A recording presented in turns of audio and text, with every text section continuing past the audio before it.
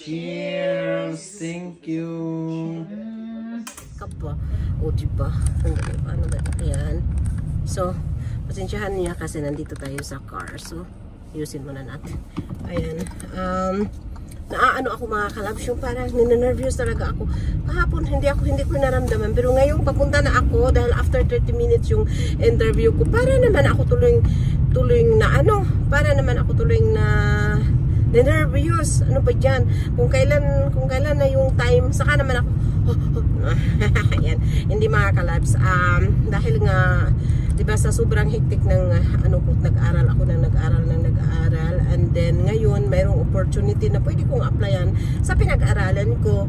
So let's hope na hindi naman ako dahil siyempre katatapos ko lang ng study, hindi naman yun ibig sabihin na okay, positive na yun, kundi siyempre depende din yun kung ano talaga ang kailangan nila. Pero yung position is based sa pinag-aralan ko naman din.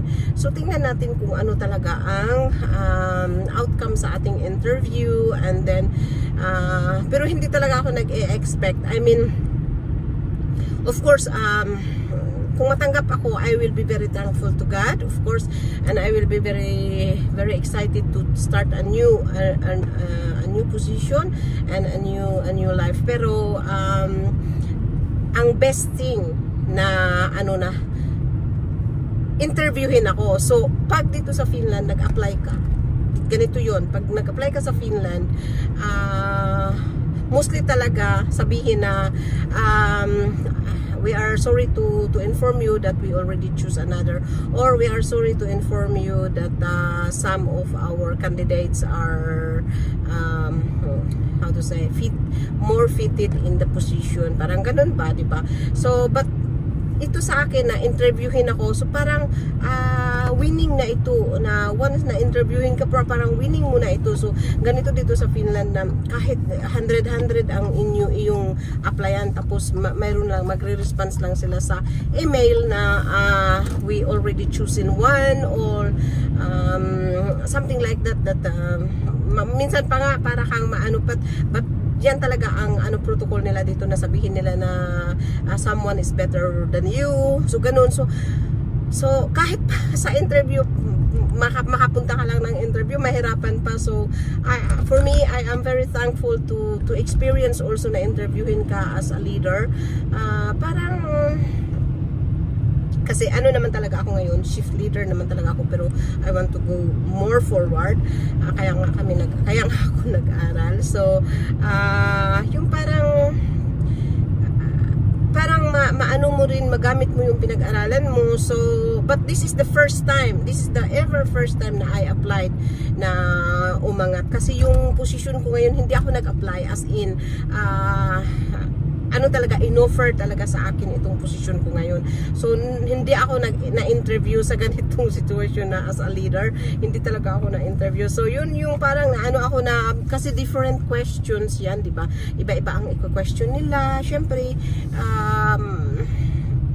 Pero hindi ako natatakot dahil may mga knowledge naman ako about leading, about being a leader of the team. So hindi naman talaga ako natatakot. But syempre, yung nervous mo, hindi talaga yan mawawala in any, kahit na magpunta ka ng dentist, di ba?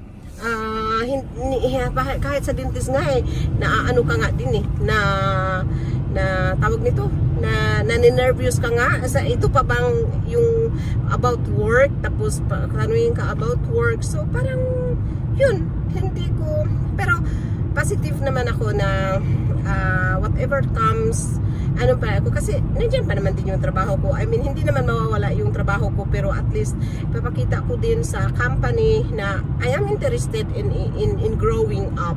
Yun, ganun yun. So kahit ganito na tayo katanda, never stop dreaming, never stop fulfilling all your dreams in your life, diba? Kasi hindi natin alam tomorrow, wala tayong alam sa life natin kung ano mangyari natin. So enjoy, and yun mga kalab. So kaya parang hindi nyo man ako mapipray ngayon dahil nga syempre tapos na yung interview bago nyo ito makita, bago ko ito ma-upload. So anyway, I will let you know. Siguro, anuhin ko na lang, hindi ko na lang to i-continue, no? I mean, i-continue ko na lang sa result. Pero, for me, I am so blessed na na i-interviewin ako. Yun lang talaga, parang winning ko na yun. So at the end parang interesado din sila sa aking CV, no, sa aking experience, sa aking ano. So yun lang ang talagang parang sabi ko, kasi iniisip ko baka hindi nga nila ako interview, baka sindan lang nila ako ng email na ano tawag nitong we already hired, or kasi late na din ako. Yun ang isa pa, mag-i-end na ng invitation yung application. Nag-apply ako day before na mag-end yung last day of application. So parang late din ako kasi pinag-isipan ko din yun. Pero marami kasing nagsabi sa akin, bakit hindi ka mag-apply? Go! Walang mawawala sa iyo, ganun. Sa totoo lang, oo, totoo. Wala talaga mawawala sa akin kahit man hindi ako tanggapin. Kahit man hindi ko makuha yung posisyon. Dahil meron din naman talaga na akong posisyon ngayon. So let's say it's a bit higher. Pero sabi ko, wala talaga mawawala sa akin. I mean, para sa akin parang winning ko pa din kasi yun na nga, makaka-interview ako. So ayan, 24 minutes na lang, nandito pa ako sa car. Oh my God. Ayan. So siguro i-continue ko na lang ito, ang aking vlog, pag yung tawag nitong kung ano sabihin nila, di ba? Tapos pagkatapos ng interview, i-ano ko ito. Tapos sige, panoorin nyo to lahat kasi parang malaman nyo kung paano talaga dito sa Finland ang way of ano. So sa itong interview kong ito ngayon, kung halimbawa man makuha nila akong as a candidate, meron pa yung isa pang interview na yung mga hire na talaga ang mag-interview sa akin. Yun. So itong interview na ito is first interview pa lang ito. Then syempre pag in-invite pa ako ulit ng interview, another interview, yung parang meron ka ng kunting possibility noon. Pero ito sa ngayon, wala pa akong possibility. Pero pag in-ask ka na for the second interview, parang meron ka na ngayon. So tingnan na lang natin. Pag sinabing, okay, you are not suitable, or okay, not this time, okay lang, diba? So wag ma-disappointed kasi binigyan ka ng opportunity, diba? So basta i-continue ko na mamaya after interview. Good morning mga kalab! So long time na hindi tayo nagva-vlog kasi sobrang hectic, busy ang ating panahon. So kagigising ko lang. At ayan pala si Vincent, tinan mo yung table namin puno ng mga tinapay. Ayan, kumakain siya ng ham at saka ano. Say good morning! Good morning! At yan, nakikita nyo pa yung aming dekorasyon. Ayan, nandiyan pa din hanggang ngayon. Hindi namin tinatanggal dahil sabi ni David, gray naman daw. Ay, silver naman daw. Okay lang daw siya dyan. So, ayan, nagigising ko lang talaga. At ayan, ang ano natin, ang mukha natin na without filter. Walang filter.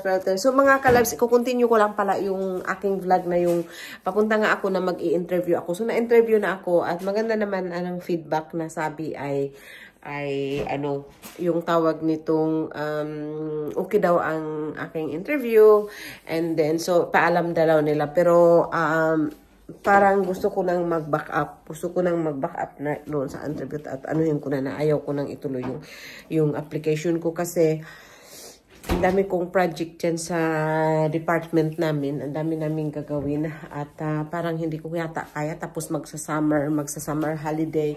Pero hindi ko alam. Pero okay lang naman pag hindi din ako makuha or ano. At least pinapakita ko naman yung mayroon akong interest na kukuha ng more responsibility. Maaga kami nagising dahil ihatid ko pala si Vincent sa school.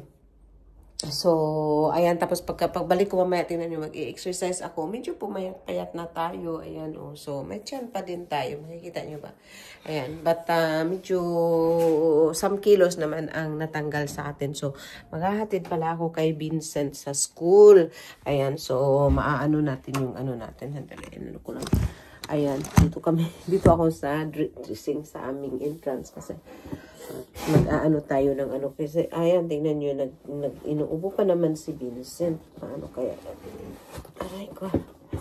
So, ihahatid ko lang naman siya. And then, babalik din ako dito sa bahay kasi panggabi ako today. So, maybe you take already Burana, Vincent. So, ano, tawag nitong, panggabi ako today, tapos bukas pang umaga. Yan yung shift namin. Ano yung shift namin is parang, naman ko paano nila na ano yung shifting namin. Kasi umaga, gabi, umaga, gabi, umaga, gabi. Dapat hindi. Kasi pag umaga ka talaga. And then for panggabi ka talaga for some days. Tapos mag-off or morning. Tapos mag-off. Instead sa akin, nagka-ano man, morning, evening. Ayan. Pero okay lang kasi last day natin tomorrow. And then mag-aano pala tayo mga kalabs. Vacation time. Ayan. So, gumamit pala ako ng bagong product. Medyo kuminis-kinis naman yung mukha natin. I mean, hindi naman talaga makinis yung mukha natin. Yung mukha ko hindi kasi madami yung bata pa ako may mga tigyawat. Pero at least medyo nahinlo-hinlo na ba itong mukha. Ay, pero siyempre mag-52 na tayo. So, 52 years. 52 years na tayo. So, ayan. Pero nakaka-touch din yung, yung feedback nag-feedback yung, natin. Nakaka-touch din yun. So, i-continue ko to pagbalik ko mamaya dito sa bahay, mga kalabs, pag nag-almusal siguro ako. At ihahatid ko muna si Vincent. So, ayan po mga kalabs. Bumili pala ako nitong facial steamer. So, kasi minsan kailangan natin, lalo na ngayon na ma-flu time. So, binili ko yan. And then, bumili pala. So, nabili ako ng nakita ko kasi yung mayroong ganito. Tapos, idikit mo siya sa spring rolls wrapper. And then, i-fry mo. Super good. Super good looking. Siyempre, paborito ni Vincent ito. Tapos, of course, ang ating red rice. Siyempre, nagkagulang na tayo. And then, ito pala yung ating yung noodles. Bakit nakaabot ito ng 0.9, then 12. Ba't nakaabot ng 12 something? Mahal siya. Anyway, nakaabot siya ng 12 euro 27 euro something. Mahal. Anyway, then pumunta po tayo. So, ito yung noodles. Dadalhin ko yung isang pack sa Italy kasi gusto ng mga bilang ko din kumain ng noodles. So, pagkita namin ng Italy tapos, so, yung rice noodles, maganda kasi ito minsan tapos yung ating rice. Then, syempre, yung ating bacon chips, hindi nawawala yan. Mayroon pala akong talong. So, ang gawin ko dito, priprituhin ko ito tapos isasawsaw ko siya sa bagoong. And then, of course, yung paborito ng mag-ama ko, yung pula na meron siyang tingin. And then, of course, bumili ako ng Italian. Siyempre, Italian. Ganyan. Tapos, dahil tamad akong magluto ngayon, so bumili lang ako nitong crispy chicken. Yan. So, mag-Jollibee. Tapos, siyempre, bumili ako ng cheese. Yung cheese na pang pizza or pang something. Then, bumili din ako ng tofu dahil parang hindi kakakain gaano ng meat. So, tofu, masarap din yan. Then, bumili ako ng pang starter. Ako po, grabe, bumili ako nito. And then, bumili pala ako ng parmesan para sa salad. Kamatis. And then, ang ating oatmeal. Then, bumili pala ako. So, ito siya. Maganda siya tingnan. Ayan, nakita nyo. So, pag ilagay mo yan siya sa, i-slice mo, tapos ilagay mo siya sa plato. Di ba, maganda siya tingnan. So, ayan. Tapos, ito. Then, bumili pala ako ng salad kasi magsasalad kami dahil nga yung chicken ang kainin namin. Ayan. So, ito yung salad na kakainin namin. Bumili din ako ng mozzarella balls. Ayan. 2 mozzarella balls. Grabe. Ang nagastos ko talaga ngayon. Tapos itong mangga is 1 euro. So, let's say 60 pesos. Yan. Then, bumili tayo ng saging. Ayan, yung saging. And then, of course, yung lemon natin. So, yung lemon. So, yan po mga kalabs ang ating na ano. And then, of course, ang ating medicine. Ang ating medicine, mahiwagang medicine. So, ito po yung ating medicine. Buksan natin yung medicine. So, ayan. So, ito yung pang-spray kasi mayroon akong sinusitis. Ayan. So, i-spray ko yan. So, yan yung aking ano. Then, mayroon tayong, of course, ang ating cream sa ating dry. Mayroon kasi akong dry skin. So, yan. And then, para sa ating dry scalp, sus Maria, mahal pala nito. Grabe pala. From dry scalp.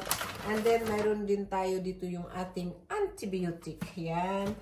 And then, mayroon tayo ditong yung pang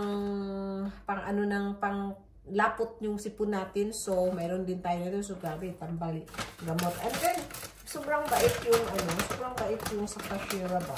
Binigyan niya ako ng mga dinamihan pa niya. Ayan o, binigyan niya ako nito. Cream.